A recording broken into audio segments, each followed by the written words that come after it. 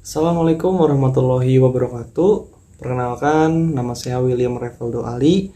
Saya dari mata kuliah Pengantar Ilmu Komunikasi, Prodi Ilmu Komunikasi, dosen pengampu Bapak Media Sucaya MSI. Oke teman-teman, hari ini gue bakal jelasin nih tentang materinya, yaitu model komunikasi dan juga fungsi komunikasi. Nah, salah satu model komunikasi yang bakal gue sampaikan yaitu model komunikasi menurut Lasswell. Nah, model ini dikemukakannya pada tahun 1948 yang berbunyi who says what, in which channel, to whom, dan with what effect. Nah, gue bakal bedah satu-satu nih tentang model komunikasi yang dikemukakan oleh Lasswell ini. Oke, yang pertama ada who atau siapa.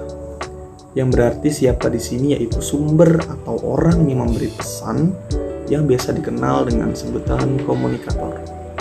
Komunikator merupakan pelaku utama dari proses komunikasi, karena komunikatorlah yang mulai untuk berkomunikasi terlebih dahulu. Komunikator tersebut bisa berupa individu, kelompok, organisasi, maupun sebuah negara. Lalu yang kedua, says what. Maksud dari says what di sini adalah mengatakan pesan apa yang akan disampaikan, tapi sebenarnya bisa juga melalui teks dan sebuah tulisan. Yang ketiga, in which channel. Dari saluran apa atau dari saluran yang mana dalam proses penyampaian pesan. Komunikator juga membutuhkan alat atau saluran agar pesan sampai di tujuan.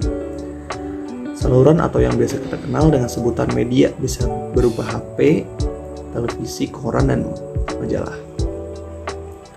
Oke, selanjutnya ada to whom, yaitu siapa yang dijadikan tujuan untuk menerima pesan.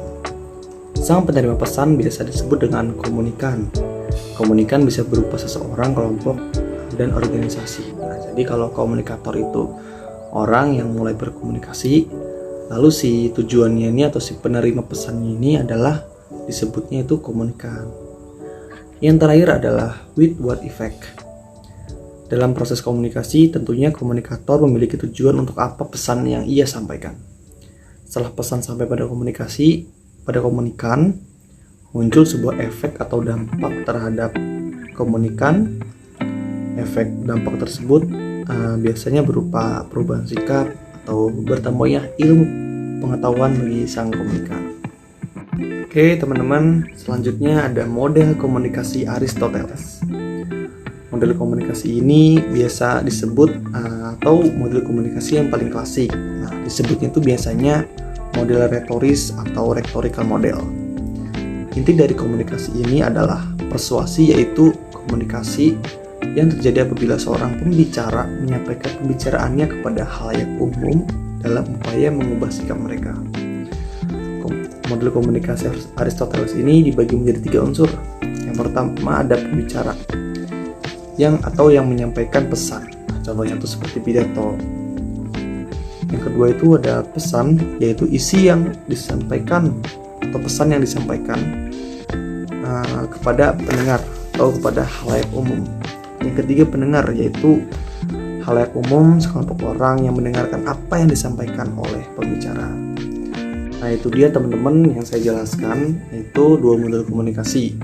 Yang tadi saya jelaskan ada komunikasi menurut Lasswell dan juga menurut Aristoteles. Selanjutnya saya akan menerangkan tentang fungsi komunikasi. Oke teman-teman, fungsi komunikasi itu terdiri dari beberapa macam. Dan yang akan saya jelaskan sekarang adalah fungsi komunikasi sebagai sosial. Fungsi komunikasi sebagai sosial ini telah saya bagi menjadi beberapa poin. Yang pertama, fungsi komunikasi sebagai sosial itu pembentukan konsep diri. Apa sih konsep diri ini? Konsep diri ini adalah bagaimana penilaian kita terhadap diri kita sendiri. Dari mana kita mendapatkan penilaian tersebut? Yaitu dari orang lain, dan dari orang lain itulah informasinya kita serap dan kita menilai diri kita sendiri. Lalu yang kedua, fungsi komunikasi sosial untuk eksistensi diri. Jadi kita mengetahui apa yang kita ketahui sekarang adalah dari orang lain tentang diri kita. Yang ketiga ada untuk keberlangsungan hidup.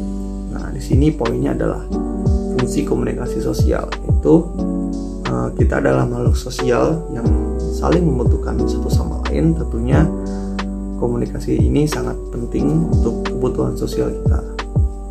Yang keempat, untuk memupuk hubungan. Jadi ketika kita ingin berhubungan secara erat dengan orang lain, tentu dengan cara komunikasi lah hal tersebut bisa berjalan dengan baik. Selanjutnya atau yang kelima adalah untuk terhindar dari ketegangan. Yang keenam juga untuk memperoleh kebahagiaan. Ini sebenarnya saling sama ya artinya. Ketika kita berkomunikasi sosial, kita juga bisa bagaimana menghibur diri kita dengan cara berkomunikasi dengan orang lain, dengan misalnya komunikasinya dengan bercandaan. Nah, itu sangat penting untuk mengurangi stres karena kita bisa sedikit bagaimana menghibur diri kita. Nah, jadi itu teman-teman yang saya sampaikan tadi adalah fungsi komunikasi atau salah satu fungsi komunikasi sebagai sosial. Nah, jadi terima kasih atas yang sudah menonton dan semoga ilmunya bermanfaat. Saya William Revaldo Ali. Assalamualaikum warahmatullahi wabarakatuh.